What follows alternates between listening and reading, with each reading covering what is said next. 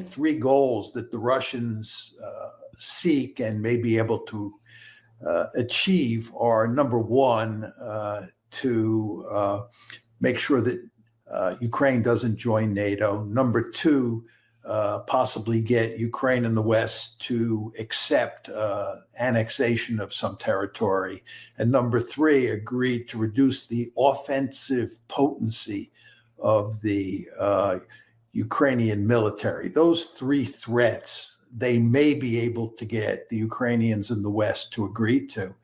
But the denazification argument, which really amounts to regime change, I think is impossible to get without conquering all of Ukraine. Just think about denazification in World War II. You had to put an end to the Third Reich. And the only way you could put an end to the Third Reich was to go into Berlin and do away with Hitler and his lieutenants. If you had stopped on the Polish-German border, then you wouldn't have ended up with denazification, at least in the short term. You had to go in and physically destroy the regime, and then you were in a position where you could do denazification. That's what happens in World War II. And that's not going to happen here. The Russians are not going to end up conquering all of Ukraine. There's going to be a dysfunctional rub state that's left over. And I think in all likelihood, the people who the Russians identify as Nazis will have a great deal of power.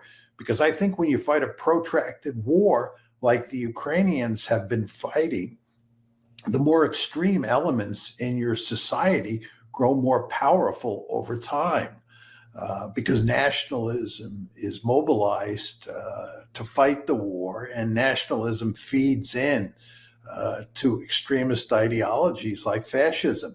So I just don't see how the Russians can achieve that goal. I understand full well that that's what they want to do, but I'd be shocked if they were able to achieve it. And one wonders if maybe that isn't what they intend.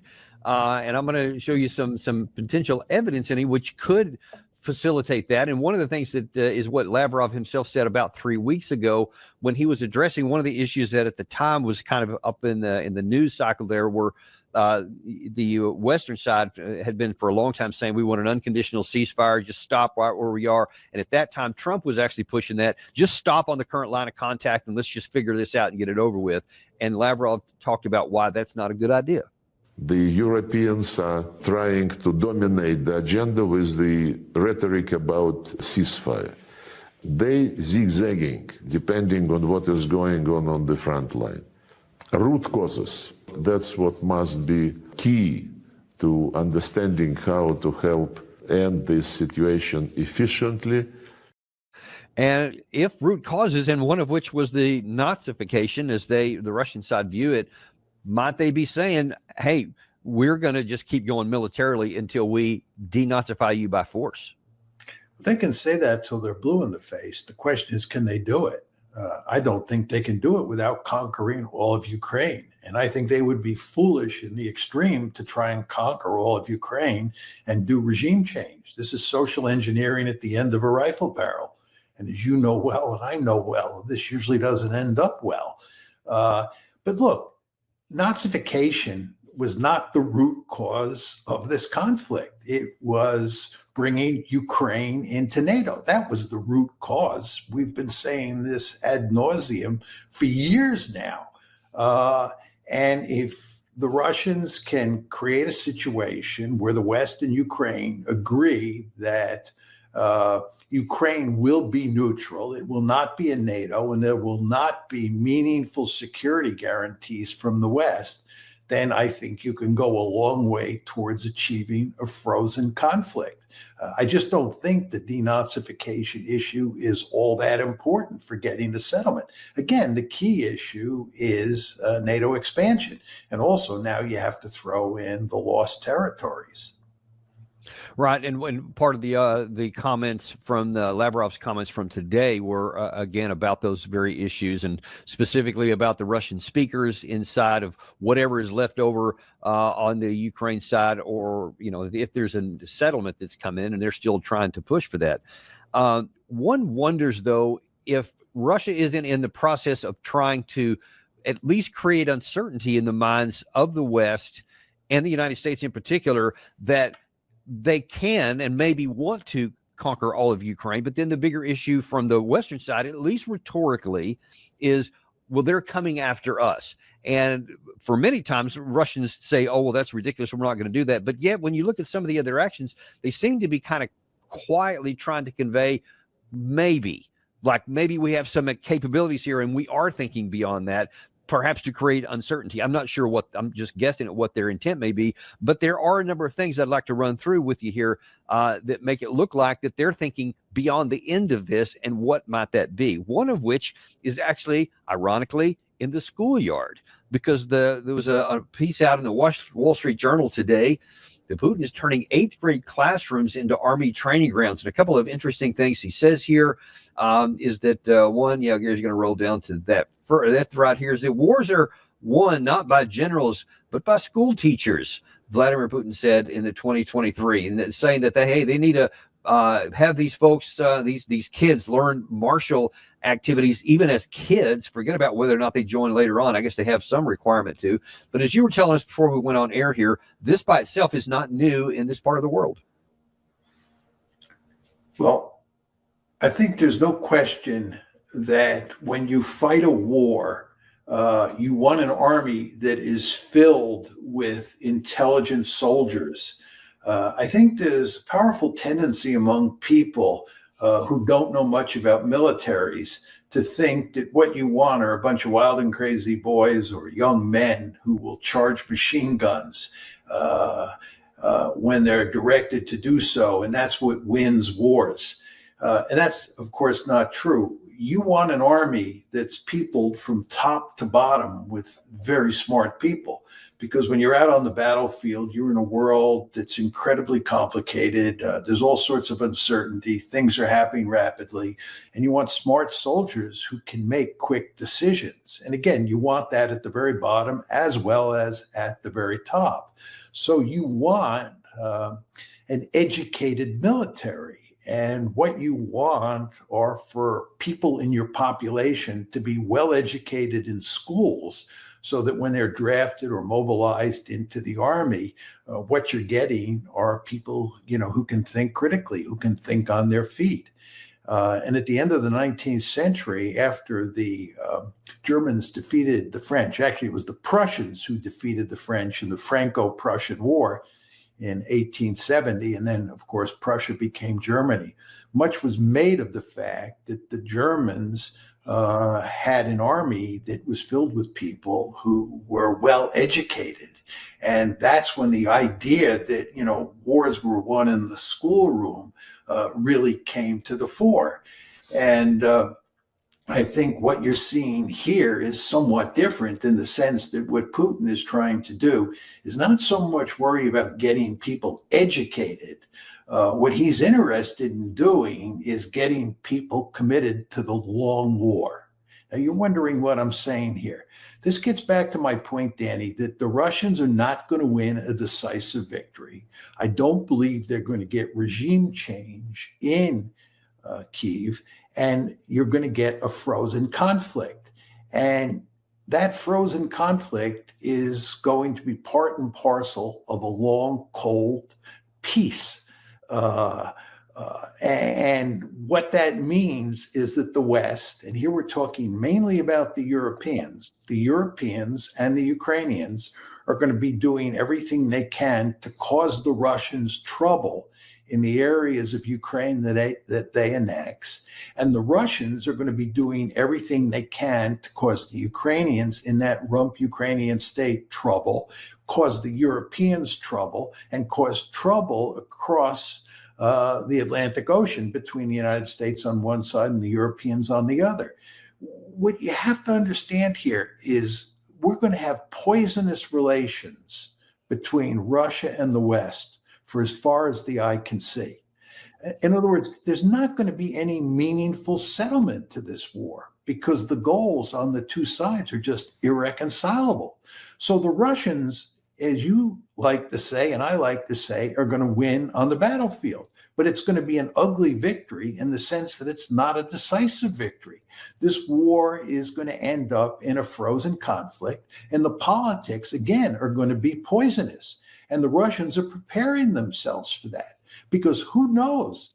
The conflict may flare up again. The frozen conflict may turn into a hot conflict. As you well know, the Ukrainians are not going to be satisfied with losing all this territory, and they're going to go to great lengths to see if they can get it back. They're going to foment trouble in the Russian occupied areas or the Russian annexed areas of Ukraine. And the Russians may lash back. You may get a conflict there. You may get a conflict in the Arctic, in the Baltic. You may get a conflict in Belarus, Moldova, or in the Black Sea, or in Kaliningrad. There are just all sorts of potential flashpoints here, which are set in the context of a poisonous political environment. So in that situation, of course, the Russians are preparing for the long term. They want an educated population for the reasons I described before. But not only do they want an educated population, they want a population that's thinking in military or strategic terms from, let's say, the 8th grade on. This is what you see happening here. And all of this tells you, Danny, just what a catastrophic mistake we made trying to bring Ukraine into NATO and precipitating this war, which is going to have hugely negative consequences for as far as the eye can see. Yeah, and you can see that section that Gary's highlighting right there, and even a little bit above it, funding for patriotic education was increased to 42 million. And then they specifically talk about how Kalashnikovs, grenades, and drone kits. So they are training them up for modern warfare and things that are escalating beyond that. One wonders, and that I can see the theory that you're drawing there, that one way or the other, they seem to be preparing for something long, whether that's a continual conflict in the Ukraine or some of these expanded areas beyond there. And it appears to me, or it occurs to me anyway, that Russia maybe they're thinking along the same lines that you are, and the potential flashes beyond that, which they don't want to fight. But Putin seems to be laying a foundation here that says, don't test me because we can't. Now, there was also not long ago, you may recall, President Trump famously sent a Truth Social out where he says Russia's just a paper tiger and probably Ukraine can go and do a lot of stuff, which was kind of weird at face value. But Putin said about that comment. And he is teasing, saying that it is a paper tiger. A paper tiger? I already said that Russia all these years has been fighting not with the armed forces of Ukraine, not with Ukraine, but practically with all the NATO countries. And everywhere the Russian troops are confidently, I want to emphasize this, holding the strategic initiative. But if we are fighting against the whole NATO bloc and are still moving, advancing, feeling confident, and this is a paper tiger, then what is NATO itself? What does it then represent?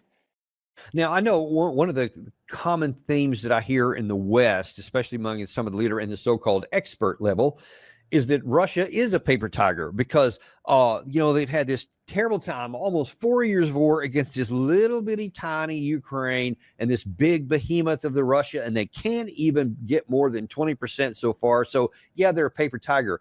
Then the contrary side to that is that the Russians are saying, oh, yeah, it ain't just us against this little tiny Ukraine. It's us against all of the military capacity anyway, minus the soldiers of NATO, and using the Ukraine's troops as the hammer, so to speak, against fighting this. Which side of that is right?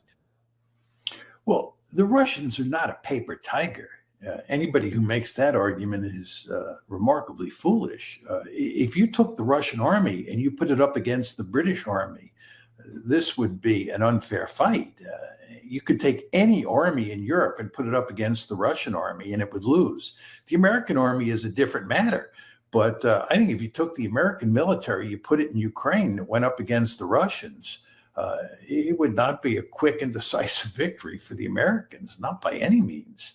The Russians have a formidable military force. As you and I have talked about before, the Russian army that exists today is a much more formidable army than the one that existed in February 2022 when it invaded Ukraine. So this is no paper tiger. What's going on here is that the Russians understand that the West is a mortal threat. and the West is a mortal threat. You want to remember that the West's goal in this war from the beginning has been to defeat Russia and Ukraine, wreck the Russian economy with sanctions, and bring the Russians to their knees. We've been unable to do that, but that doesn't mean we don't want to do it. Of course we want to do it. And if the opportunity to do it popped up tomorrow, we would leap at it in a second. We would love to finish Russia off as a great power. And Putin, the last time I checked, has a triple-digit IQ. And that means he's figured this out. He understands what he's dealing with. And as far as Trump is concerned, can he trust Trump as far as he can throw him with his hands tied behind his back? That's Putin's hands tied behind his back. The answer is no. He cannot trust Trump at all. And he certainly can't trust the European leaders. And in good realist fashion, he is assuming worst case. Who can blame him at this point in time? And I wanted to actually go there, Nick, because that was he's in his comments there just a second ago at the Valdai conference. He was basically talking about the tactical or operational along the front lines, et cetera. Well, he subsequently talked about things just recently at the strategic level that they're also making advancements that we should pay attention to. All our plans for creating advanced weapon systems, developing the defense industry, and equipping the Russian Army and Navy with modern equipment and weapons are being fulfilled. With an eye on the development and deployment of the latest Avangard strategic missile system, we have developed, deployed, and begun serial production of the Oreshnik medium-range missile system. We've equipped our intercontinental ballistic missiles and submarine-launched missiles with modern anti-ballistic missile defense systems. This year, we'll be deploying heavy intercontinental ballistic missile systems, the SARMAT, into combat deployment, and next year, into combat duty. And finally, the reason we've gathered here today. Russia finally has the Vestnik unlimited range cruise missile and the Poseidon nuclear-powered unmanned underwater vehicle. All our plans are being fulfilled. So he's talking about not just the Burevestnik, not just the Poseidon, the Oreshnik, and other hypersonics that they have, which have dual-use capabilities, et cetera. He seems to be saying, hey, we're not just sitting still. We're expanding our strategic capabilities. Don't test us. How do you read it? I think there's just no question about that. I think he worries, as he should, that the Americans may think that they can develop some sort of meaningful nuclear decapitation strategy. And he's sending a very clear signal that that's not going to happen. When it comes to looking at the strategic nuclear balance, please be aware, Washington and European leaders, that we are developing an ever more sophisticated nuclear retaliatory force. And we have the capability to destroy the United States if you think you can destroy Russia. It's just not going to happen. This is independent of what's happening on the battlefield, because that's different. It's a different realm.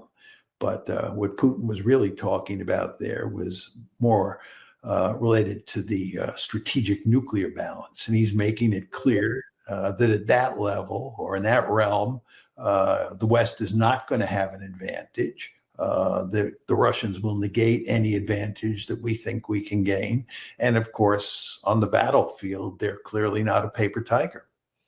And now, all in the strategic realm, as you put it, we've also recently had, and in fact, at the time when Putin was talking about that they tested what they claim is this Burevestnik missile, which is an unlimited range cruise missile that could be nuclear capability, and then the Poseidon subsurface in the water, et cetera. In the response to that, Trump said, oh, yeah, well, if you're going to test nuclear weapons, we're going to test nuclear weapons. Now, initially, people said, okay, you mean nuclear platforms, right? Like the Minuteman III or something like that. Trump wouldn't clarify what he meant. He said nuclear test. And of course, many people mean a nuclear explosion test, whether underground or not. Because Trump wouldn't clarify that, then the Russians went back and said, oh, by the way, Belousov, the Minister of Defense, on a televised briefing said that, you know what, we should bring our nuclear weapon testing facility back up online. And then Putin subsequently said, yeah, and we're going to maintain the NPT, the Nuclear Non-Proliferation Treaty. We won't test, but if you do, we're going to test and we're going to make the capability for it. Two questions for you. First of all, we'll start with this one. Do you think the United States would actually conduct a nuclear weapons test, a nuclear detonation of some sort? There's no need to. There's no need to. I mean, this is one of these instances where Trump was just talking off the cuff, and Trump actually misunderstood what was happening on the other side. The Russians weren't testing nuclear warheads.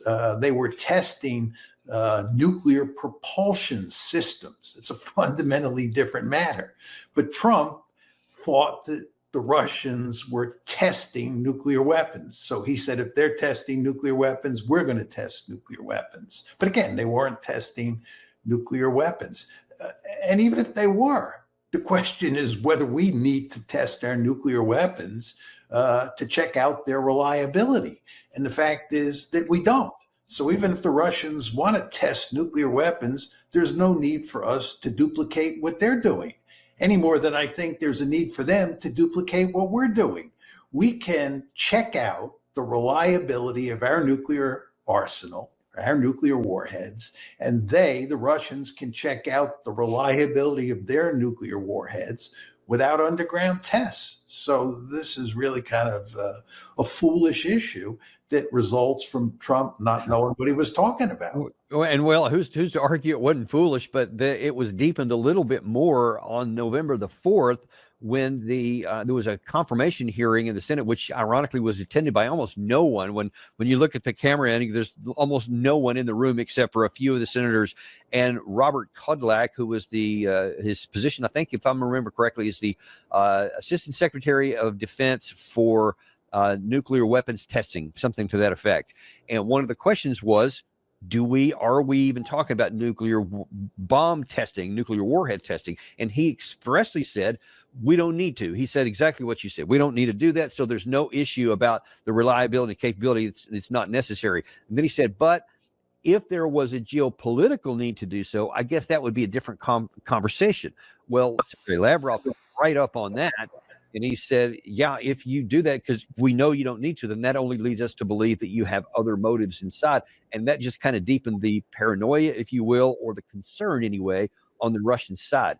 Given that continual verbal, I don't even know what to call it, gaffes, or just continuing to go down a line of something that doesn't matter, what does that tell you? Look, I know very well from the Cold War that we and the Soviets had reached a point by the mid-1960s where we each had an assured destruction capability. We lived in a world of mutual assured destruction, MAD. Now, what exactly does that mean? That means that no matter who struck first, the other side could retaliate and destroy the other side's, the first striker's side. They could destroy its society, its economic infrastructure, its population. We still live in a mad world. The Russians have more than enough nuclear weapons, even after they're struck first, to turn the United States into a smoking, radiating ruin. And if they struck first at us, we have more than enough nuclear weapons to turn them into a smoking, irradiating ruin. We live in a mad world.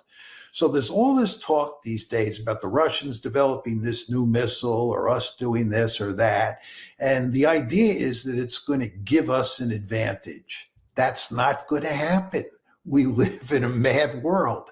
There's no way either side can develop the capability to achieve a splendid first strike. That's where you take out the other side's assured destruction capability. Nevertheless, both sides are going to continue to talk about how dangerous it is when the other side develops a new weapon or the other side tests its nuclear arsenal.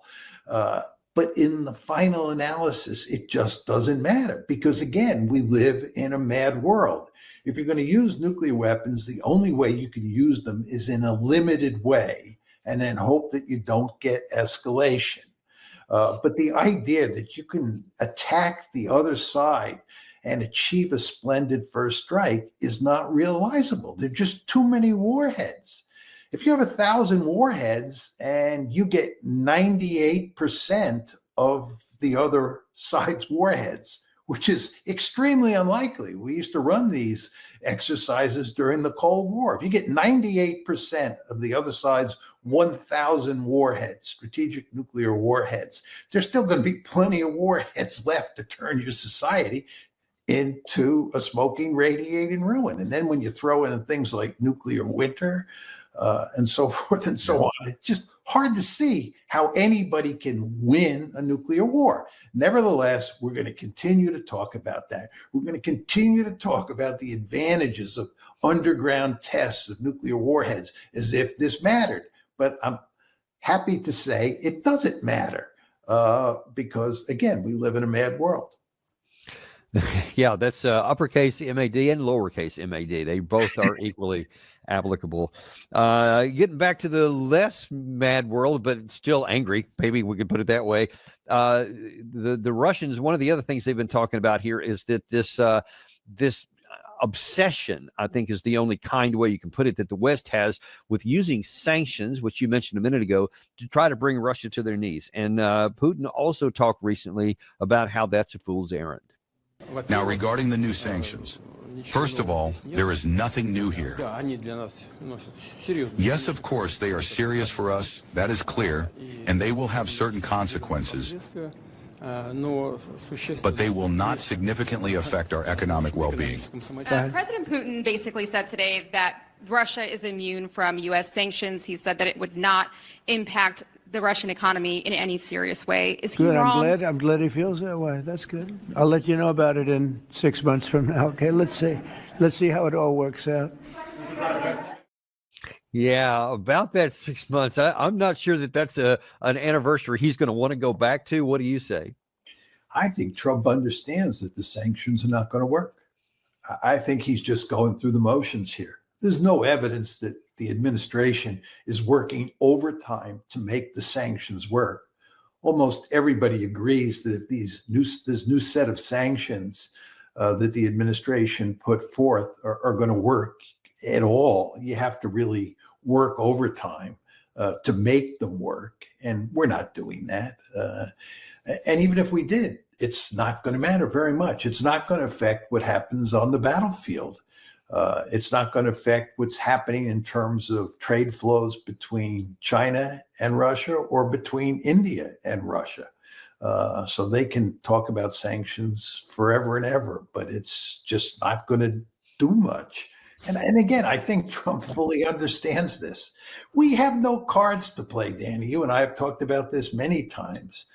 Where's the Tomahawk missile these days? You hear anybody talking about the Tomahawk these days? The magic weapon that was going to turn everything around, rescue the situation? No, nobody's talking about it because basically everybody knows that the Tomahawk was not the magic weapon that was going to win the war for the Ukrainians, no matter how many we gave them. It might have made Russia's task a bit more difficult, but not very much at all. And the same thing is true with sanctions. If there was any magic formula for winning this war, Joe Biden, who was deeply committed to it, would have figured it out. A year ago today, Joe Biden was still in power. He couldn't find the magic formula. How is it that Donald Trump's going to be able to find the magic formula?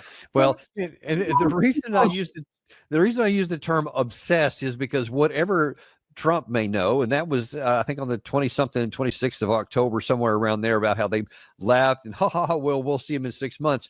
That was last month. Okay, this is 2 days ago, where there was a Zoom call between Volodymyr Zelensky and a number of U.S. senators, and watch how gleefully they're looking to go from the 19th sanction package that haven't worked. They're looking, by the way, in Europe to do the 20th. They're getting ready for that right now. And then apparently, on top of what the U.S. did back in October, these senators are looking to do another one after that. What I'd like to know on the military front is, besides the Tomahawks, where can we be most helpful? Because I know continued military aid is very important, whether it's the Patriot missile interceptors or other weapon systems that would be helpful to you. I wanted to first thank you for your leadership thank the Ukrainian people for their courage. I don't have a question, but I wanted to let you know, I know the ambassador is following this very closely. In the Foreign Relations Committee, Senator Risch, who couldn't join us today, is the chair. I'm the ranking member, but we have put forward the first 3 bills out of the committee to address, to go after Russia because of their actions. Thank you for your leadership on this, and Jean, the same. Mr. President, you've got just amazing group of champions of Ukraine here on the Zoom. It's good to see you again. The rest of the year and beginning of 26, we're going to go all in, giving you military capability to hurt the Putin war machine even more. And we're going to try to isolate Putin even stronger than we have today. If we can pass this bill, making Russia a state sponsor of terrorism under U.S. law, that makes his economy radioactive. Right. Amen. Amen, he says there. And you talked about Mad World or an irradiated smoking ruin. I mean, you have not Rubio, sorry. You have Lindsey Graham there trying to talk about an economy that's irradiated, even though 20 rounds of these things haven't worked so far. They somehow think it's going to work again. And you said right before we went on here, mocking basically, who thinks about the Tomahawk anymore? And you see, the U.S. Senator does right there. Well, other than that, how can these things work? And then, to me, this is one of all the things that I've shown you today, this is one of the most alarming to me, because these are key senators from both parties that are still talking at nearing the 4-year mark of this war, when everything has failed utterly to change the dynamic on the battlefield that you keep mentioning, and they still are talking like the next one will make a difference. How do you react to that? These people are delusional. I mean, it's not worth having a serious conversation about this. I mean, what can you say? I have a more important issue to talk about. The fact is that Ukraine needs about $100 billion a year to sustain itself economically, about $100 billion a year. And the Europeans are trying to find $200 billion so that they can fund Ukraine for the next 2 years. And the problem that the Europeans face is the Americans have basically opted out of funding Ukraine. And President Trump has told the Europeans they have to do it, which is why they have to find $200 billion. Well, these are all countries that are in significant economic trouble. So the question is, where are they going to get $200 billion? And what they're thinking of doing is stealing it from those frozen Russian assets in Belgium. But the problem is they can't get the Belgiques or a handful of other countries, the Italians and the French, and even the European Central Bank, to go along with this idea, because they think it may boomerang and do enormous damage to each of them. So it looks like there's no way they're going to be able to steal these Russian frozen assets and come up with $200 billion. So the question you want to ask yourself is, put aside this nonsense about sanctions. What are the Ukrainians going to do if they don't get the full $200 billion? So when you and I talk about the situation on the battlefield, just think about what you were saying about how things are going on the battlefield. Just think about the bombing campaign that's now taking place against infrastructure in Ukraine, which we haven't talked about. Think about the fact that Trump is basically pulling out and that the Europeans can't come up with $200 billion. When you take all of those factors together and you contrast them with what these senators were saying, you just say to yourself, is this the real world? Am I hearing these people correctly? I mean, we've reached the point in the West where it's just hard to take most of our policymakers seriously. There was I think it was yesterday, there was a press conference with Marco Rubio. He was talking about a whole range of different issues, one of which was on the Russia-Ukraine war. In his comments, he made kind of an offhanded comment while he was talking about something else, which really got my radar antenna firing up. because I'm like, wait, he just said out loud what we all know, and it seems to have been missed by most people. He was talking about, let's keep giving Ukraine all this stuff, and the bombing campaign that you mentioned here about how devastating it's going to be, and how, well, we need to get them some air defense interceptors, whatever, to try to protect their infrastructure. And then he makes an interesting admission on the backside. See if you catch it.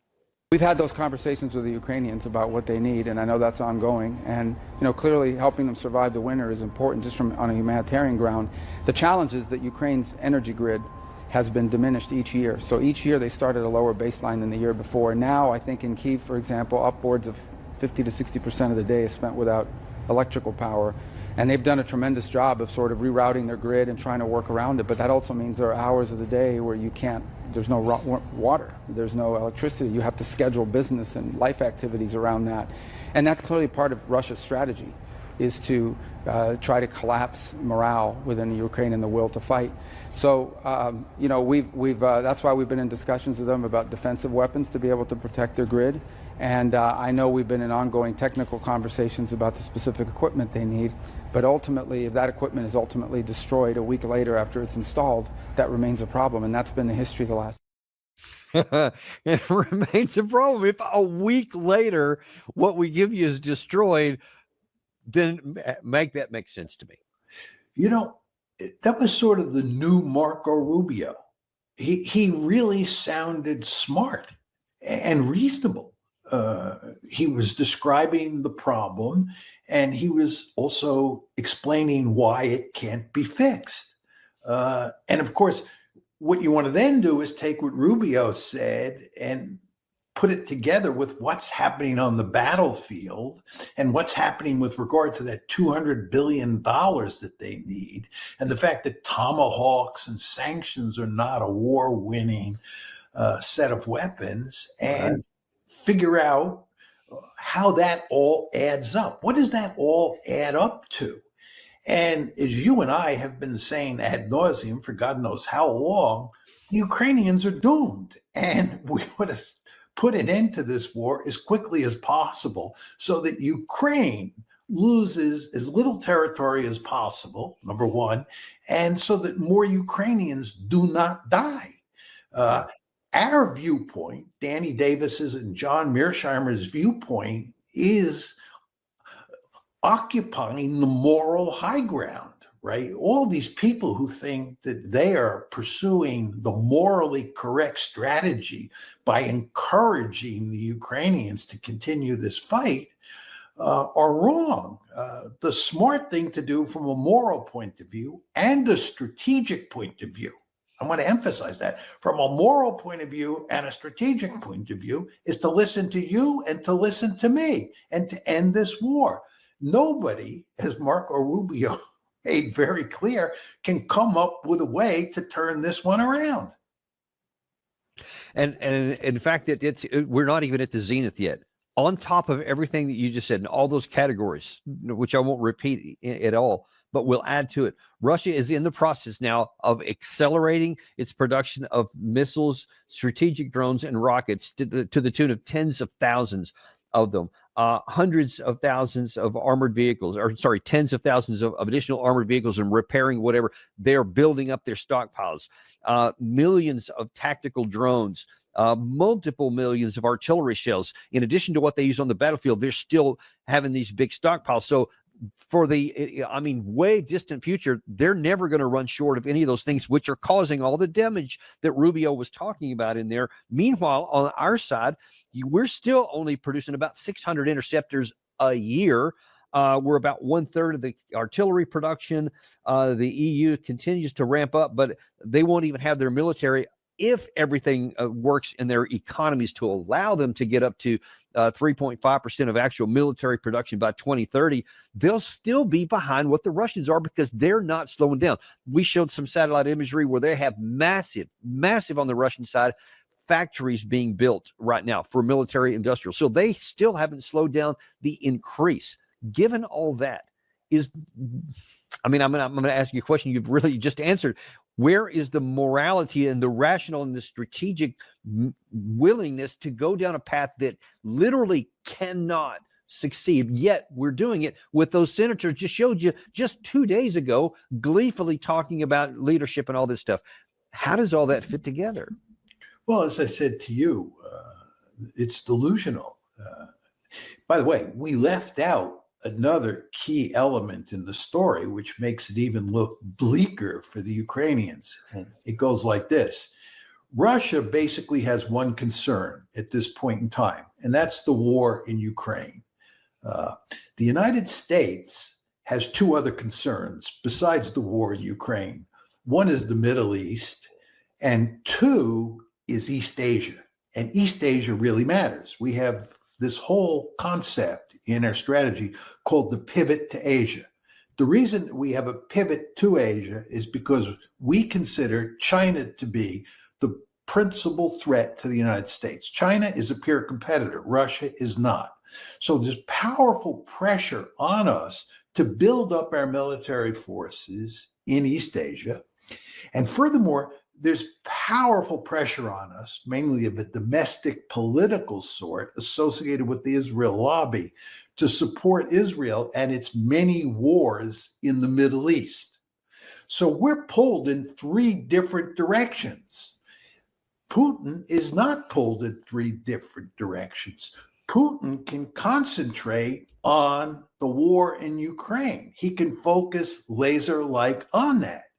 And as I said before, if you look at what President Trump is doing, he's basically trying to wash his hands of Ukraine. He's shifting the burden for handling the Ukraine portfolio, so to speak, over to the Europeans. And the Europeans are in no position to handle Ukraine without American help, to handle Ukraine by themselves. So if you look at the grand strategic picture and the situation that the United States faces versus the situation that Russia faces, this is just another example why the Russians are going to prevail. Although I want to qualify that by saying they're not going to win a decisive victory. And as I said before, I don't think they're going to get regime change. I think you're going to end up with an ugly victory, or to put it in slightly different terms, a frozen conflict in an environment that is poisonous to the core, and where the potential for big trouble moving forward is very great. And again, this gets back to that whole story that you showed where the Russians are trying to get their kids in grade school militarized. They want them thinking strategically. They want them to understand that Russia lives in a threat environment. That's because the Russians understand that this conflict with the West is going to go on for a long time. And Danny, if I can make one final point on this, you want to remember that now that Finland is in NATO, the Russians have to worry about their border with Finland, and they are doing things to reinforce that border because that is a border with an important NATO state. So when you think about what's going on here, the potential for more and more trouble down the road is endless. It certainly is. And when you say that your Russians will win an ugly victory, but not a complete destruction of the state of Ukraine, I think we've talked in the past. Did you say basically up to the Dnieper River to include Odessa, maybe in the south, and Kharkiv in the north? I mean, what do you consider the limit of advance? I take about 40% if I were in Putin's shoes. Right. I mean, you know, again, it's worth repeating this, even though you and I have talked about it many times, because the West is unwilling to accommodate the Russians in any way. And the West is still interested in wrecking Russia as a great power. The Russians, therefore, have a vested interest in taking as much territory as possible and making the remaining Ukrainian state, the Ukrainian rump state that's left over, as weak as possible. So number one, it's not much of a threat to Russia, but number two, it's not in a position where it can join NATO and the EU. So that incentivizes the Russians, I think, to take about 40% of Ukraine. And I think they'll take everything up to the Dnieper River in the northern half of Ukraine, and then down south, they'll cross the Dnieper They have to if they're going to take all of Kherson, which they've annexed. And I wouldn't be surprised if they went into Odessa and one or two other oblasts as well. I think taking Odessa would make eminently good sense from their point of view. And again, let's just reemphasize that this is why you and I have long argued that the Ukrainians should cut a deal now and accommodate the Russians as much as possible so that they don't lose that territory. Don't give the Russians an incentive to take Odessa. But in fact, what's going on here, as you and I have said ad nauseum, is that our policy, the Europeans' policy especially, and Ukraine's policy is incentivizing the Russians to take more territory. So I wouldn't be surprised if they take about 40%. And by the way, Danny, this is another whole subject. When they take more territory, even the territory that they've now annexed, there are going to be a lot of people left in those territories who are sympathetic to Ukraine and are hostile to Russia. And of course, the Ukrainians and the Europeans will go to great lengths to sabotage Russian efforts inside of the areas that they annex. And this will lead to significant ethnic cleansing. The Russians will have a very powerful incentive to drive ethnic Ukrainians or anybody who appears to be sympathetic to Ukraine or to the West out of the annexed territories. And at the same time, I wouldn't be surprised if there's significant ethnic cleansing in the other direction. All of this just points out what a total disaster this whole situation is. It does. Listen, before I let you go here, I want to shift gears to one other thing. You mentioned a second ago that whereas Putin has the sole focus on the Russia-Ukraine issue and their Western flank security, the United States has the Middle East, the Russia-Ukraine stuff, and also Asia. Well, it turns out that we're trying to add a fourth one to that, as Secretary of Defense or Secretary of War Hegseth last night announced Operation Southern Spear in America's southern neighborhood. And what's unclear, because he posted this X post last night, and with no explanation at all. We don't know if there's another one, Operation Southern Spear, which has existed for quite some time, which was directed towards really other things down there. We don't know if he's tagging onto that, if this is something new that's using the same language. But with the USS Ford sitting down in the waters just offside of Venezuela, as well as lots of other military capabilities down there, WTF, man, what are we doing down there? Before I get to Venezuela, let me just say that you don't want to forget that President Trump was threatening Nigeria. The largest population in Africa is in Nigeria, and it's a huge piece of real estate. And because some radical Muslims were killing Christians, which is an absolutely horrible thing. And by the way, they were also killing Muslims, moderate Muslims, right? He was threatening to use military force there as well.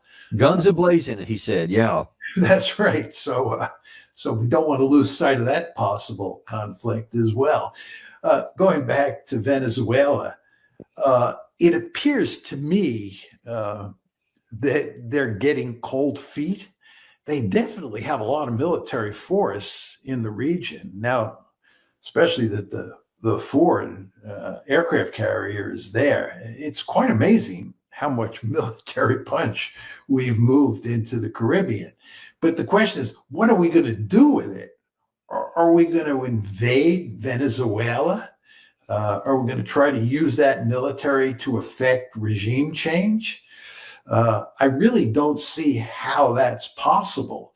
I find it hard to believe that we would invade Venezuela.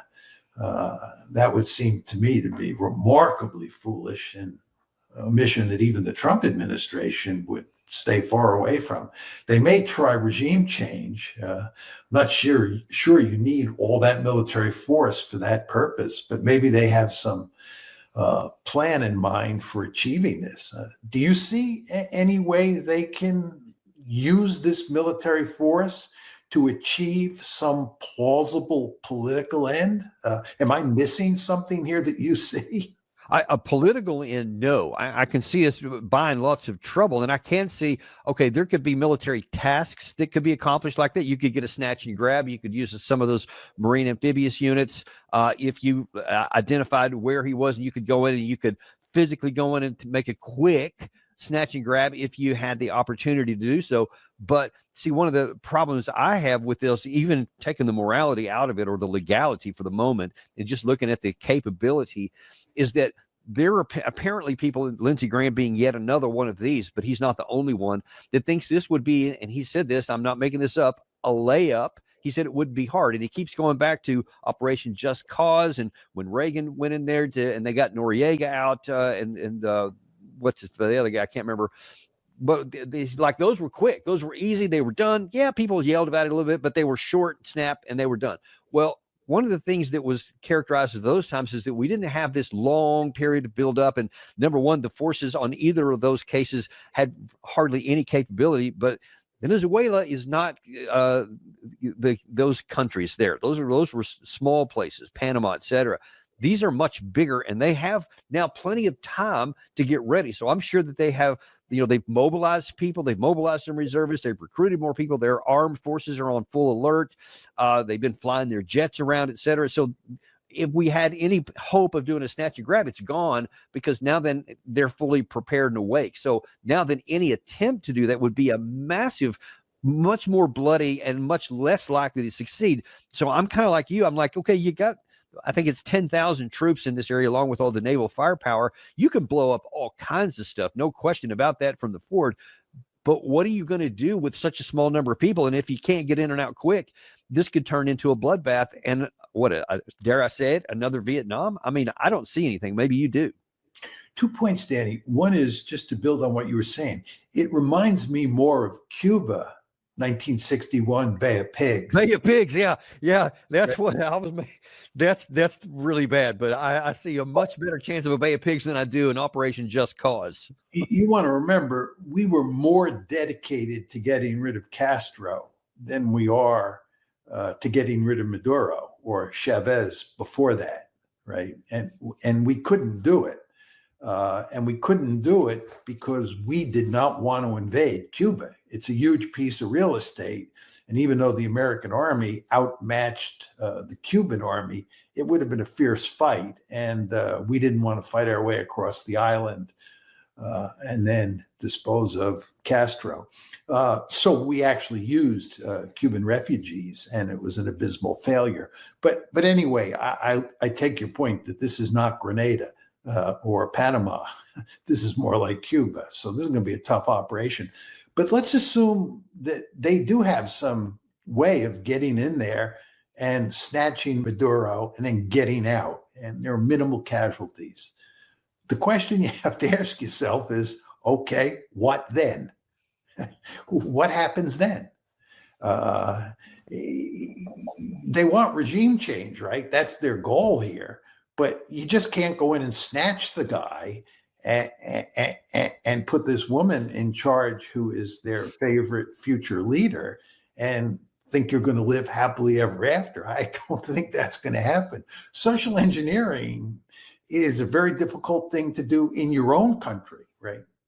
If they made you or me president of the United States and we decided we were going to change a lot of things, I think we would find it extremely difficult to do. That's social engineering here in the United States, a country that both you and I know very well.